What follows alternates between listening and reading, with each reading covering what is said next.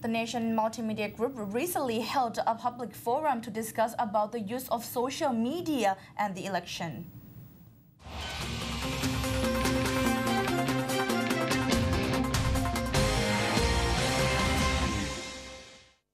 One of the emerging trends for this upcoming general election is that many politicians started to use social media such as Facebook, Twitter, YouTube and others to promote their party's policies as well as to communicate with their supporters. However, the use of social media in the political campaign has been a controversial issue after the Election Commission of Thailand stated that each candidate needs to submit a report on the cost of using social media as part of their campaign spending. Many people still wonder on the rules for politicians in using social network and standards for the Election Commission in inspecting the matter. As a result, Nation Multimedia Group, leading by its editor-in-chief Suthishai Yun, organized a public forum under the name N Forum 2 to discuss about the social media in political campaign.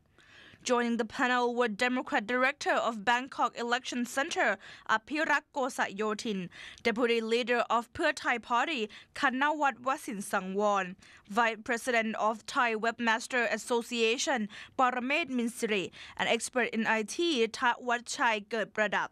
The event was being observed by Inspector General from the Election Commission. Therefore, the answer of easy solution in looking over the politicians and social media was revealed. ทางกกต.มีมาตรการยังไงในการตรวจสอบการใช้โซเชียลมีเดียของผู้สมัครในครั้งนี้บ้างคะคือในกรณีของเกิดการใช้การหาเสียงสื่อหาเสียงก็เหมือนกับเว็บหรืออะไรทั่วๆไปเนี่ยนะครับคือผู้สมัครก็สามารถใช้ในการหาเสียงได้อยู่แล้วถามว่าถ้าเกิดมีใครก็ตามบอกว่าตัวนี้อันนี้เป็นของตัวเองหรือไม่ก็จะมีสิ่งต่างๆเนี่ยอย่างน้อยก็มี IP มี URL ซึ่งจะพิสูจน์ตัวตนได้นะฮะแม้ว่าการจดทะเบียนอะไรต่างๆหากว่ามีปัญหาจริงๆเนี่ยเราก็จะมีทางกระทรวงเทคโนโลยีสารสนเทศนะฮะซึ่งจะคอยช่วยเหลือเราในการตรวจสอบต่างๆ Netec อะไรประมาณนี้ครับก็จะรู้ว่า IP มาจากไหนหรือว่าใครเป็นคนทำจะสามารถตรวจสอบได้อยู่แล้วครับคือที่จริงก็คือการใช้สื่อทุกชนิดนะฮะในการหาเสียงหลังจาก18 นาฬิกานะฮะของวันก่อนวันเลือกตั้ง1 วันคือวันที่2เนี่ยก็คือห้ามโฆษณาหาเสียงทุกชนิดนะฮะDemocrat Party seems to be good at drawing online users' attention on social network by launching several new online activities, such as creating Channel 10 live streams on the party's Facebook page for Facebookers to keep an eye on the party's election campaign. Moreover, the party's leader, Aphisit Wechchachiwa, will also be taking questions from Facebooker live on the channel every Sunday evening and engaging in broadcasting the party news on Twitter. Meanwhile, the Pheu Thai Party does not look eager to promote themselves online.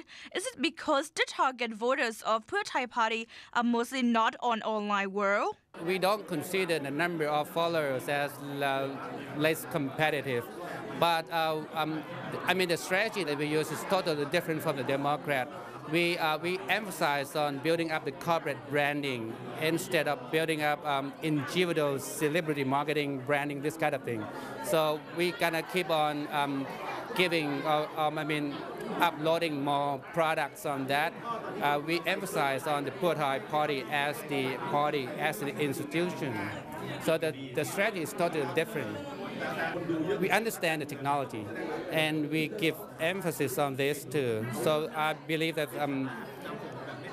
probably next election, the social media may be the mainstream channel, but not this election. And according to the statistic, even in America, 50% of the channels still on the traditional media, just like TV. The mainstream TV has got the most exposure, but I think the internet just got something like 25. This is just the media plan, but I don't think, and this is totally different from the Democrat Party, which Kuna Aphirak just said that Democrats use the social media as the mainstream. The mainstream still stick with the traditional TV, radio, and the cable TV. So that is our plan for the media campaign. Though it seems to be a good start for politicians to use social network in campaigning, expert in IT and Twitter guru stated that some of them don't really know how to use these online services in the right way. The point is that they don't really understand what they should do, so they just say that they have it, but they cannot implement it or make it work perfectly. So the point is that this kind of thing we need to spend sometimes. You know, it cannot be like you can change or you can build up a fan club within one night or one day.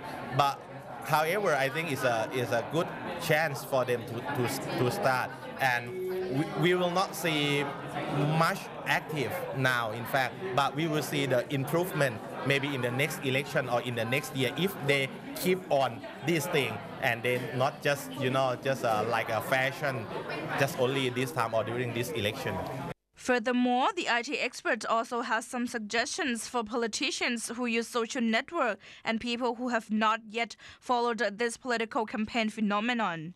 If they are not strong enough or if they are not really good in that, they should not have it.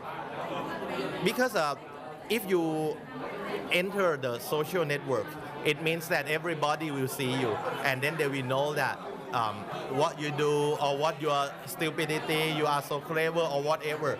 So it means that you stand in public already. So even though you try to fool people around or show that you are good people, finally with social network, since everybody can broadcast the news or see the things, so it will be very hard for you if you are not strong or you are not really good to stand in the social network. The last question, do you think that it is an advantage or disadvantage for people to follow the politicians' accounts?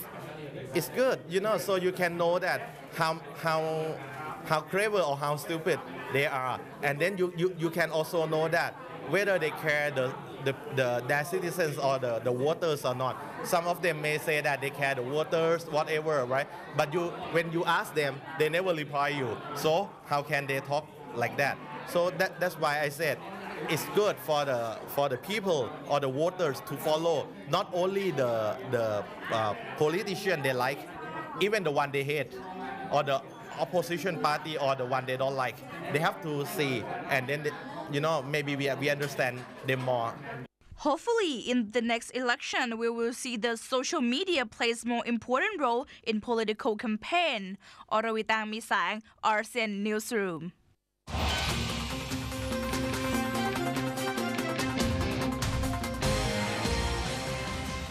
And around Asia with Asian News Network today, the host will be talking about the founding of a party.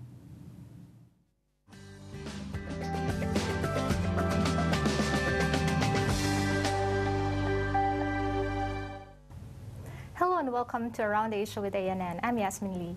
We bring you the latest from the newsroom of Asian News Network, an alliance of 21 newspapers in the region, including The Nation. I'm Jofel Tisorio.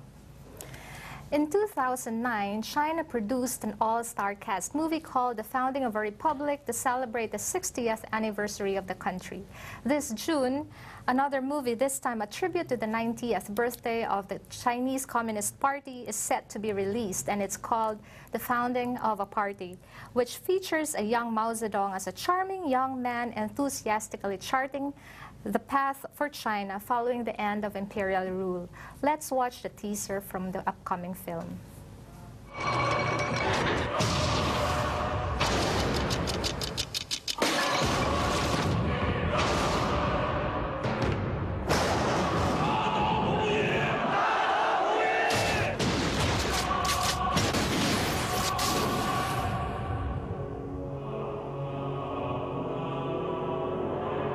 怎么叫鬼迷心窍？非要当这个皇帝？中华帝国大皇帝万岁！老祖万岁！先生万岁！革命万岁！ That was one of the early teasers of the founding of a party, which is set to premiere on June 15 in the mainland. Mainland actor Liu Ye plays a coveted role of Mao Zedong. Playing the chairman may be prestigious and a privilege, but it certainly entails a lot of pressure, apparently. Yeah, that's right. According to a report by the China Daily, it's not just a matter of casting actors who have a resemblance to the real men and women they are portraying, but their image may also be suitable to pass public opinion. For example, 48-year-old Li Yujin, who has played Zhu Enlai, China's first premier in more than 40 TV dramas and films, said that back in the 1980s, it was not just an ability to act and a face that was similar to a political leader that was required. The individual also had to be politically correct and was put through checks of his personal and family backgrounds. But these days, he said, there are no longer political checks, but the actor should not be tainted by scandals and must be accepted by the family of the political leader.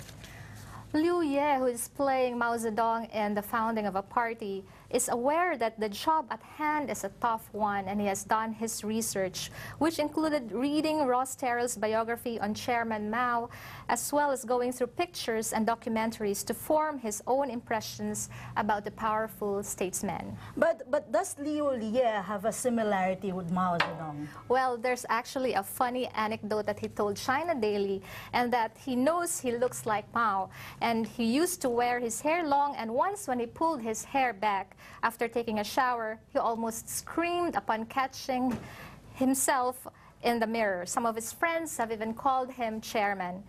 Liu also said he is prepared to handle any criticisms or controversy over his performance, especially from some elderly people who are used to the old-fashioned portrayals of Chinese leaders. Speaking of controversy, I heard that there's a controversy involving Chinese actress Tang Wei, who's supposed to be in this film. Yes, that's right.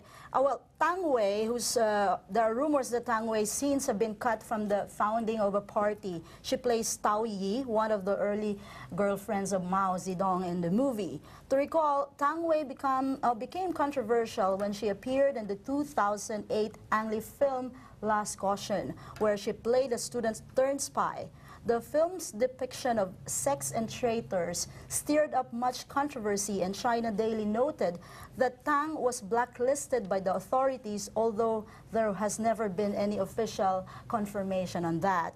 In a recent press conference to promote her new film, Zuzia, Tang was mum about the cut scenes. Well, that's a pity if her scenes were really cut from the founding of a party, because the movie was heralded as her comeback to mainland movies. And after the an unofficial boycott, her other film, Wuxia, is also a mainland production, so perhaps it was just coincidental that she was cut off the movie. Well, interestingly, the China Daily also noted that when it comes to the so-called red movies, producers tend to avoid actors that are associated with negative news or even those who have played bad guy roles like a traitor. So impersonating a leader in movies is not as lucrative as some people might imagine. Well, in fact, as Liu Ye said, this is the first and only time he's going to play Mao Zedong because he does not want to be caught in a stereotype. And he hopes that his portrayal of the Chinese leader will be a vivid one so the audience can relate. Let's see if the founding of a party will break the box office record of the 2009, the founding of a republic. And it boasts of an all-star cast, including Chow Yun-fat, Andy Lau, Shou Zun, Daniel Wu, and Wang Lihong. That ends today's edition of Around Asia with ANN. For more news and information about the region, visit our website at www.asiannewsnet.net. I'm Jo Feltisorio. Like us on Facebook, follow us on Twitter at Asian News Network, watch our videos on YouTube at Asian News Net 1. Thanks for watching. This has been Yasmin Lee.